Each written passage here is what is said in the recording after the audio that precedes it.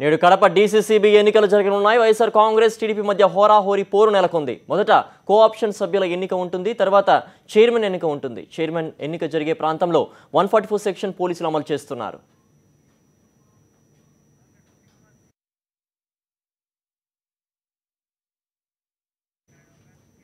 నేడు కడప డీసీసీబీ ఎన్నిక జరగనుంది. దీనికి సంబంధించి మరింత సమాచారం మా కరెస్పాండెంట్ శ్రీనివాస్ అందిస్తారు. శ్రీనివాస్, చెప్పండి, డీసీసీబీ ఎన్నికలో ఎవరికి విజయ అవకాశాలు ఉన్నాయి, అలాగే పోలీసుల రక్షణ ఏర్పాట్లు ఎలా ఉన్నాయి?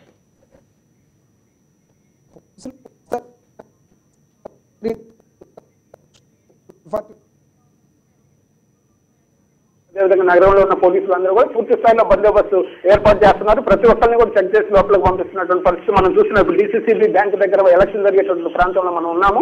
ఇక్కడ ఇప్పుడే కొంతమంది సభ్యులు లోపలికి వెళ్లారు. వీళ్ళందరూ కూడా ఇంకా మరి కొంతమంది వస్తే సమావేశం ప్రారంభమయ్యేటువంటి అవకాశం ఉంది.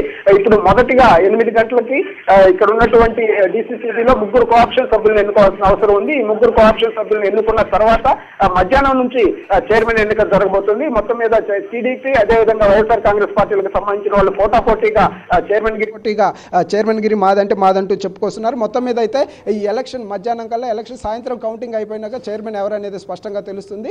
ఎవరికి వారైతే బలాబలాల మీద తమ అభిప్రాయాన్ని అయితే వ్యక్తం చేస్తున్నారు, ధీమాన్ని వ్యక్తం చేస్తున్నటువంటి పరిస్థితి ఉంది. మీరు చూస్తున్నారు లోపల కూడా అంతా అడావుడిగా కనిపిస్తుంది. ఇంకా మరి కొంతమంది సభ్యులు అయితే రావాల్సి ఉంది. 9 గంటలకి 8 నుంచి 9 మధ్యలో ఈ కోఆప్షన్ సభ్యుల ఎన్నిక 3 కోఆప్షన్ సభ్యులను ఎన్నుకోవాల్సిన అవసరం ఉంది. కాబట్టి ఈ ఎన్నిక జరిగిన తర్వాత మిగతా కార్యక్రమం అంతా నామినేషన్ల ప్రక్రియ చైర్మన్కి, ఆ తర్వాత మిగతా అంశాలన్నీ కూడా కొనసాగేటటువంటి అవకాశం ఉంది.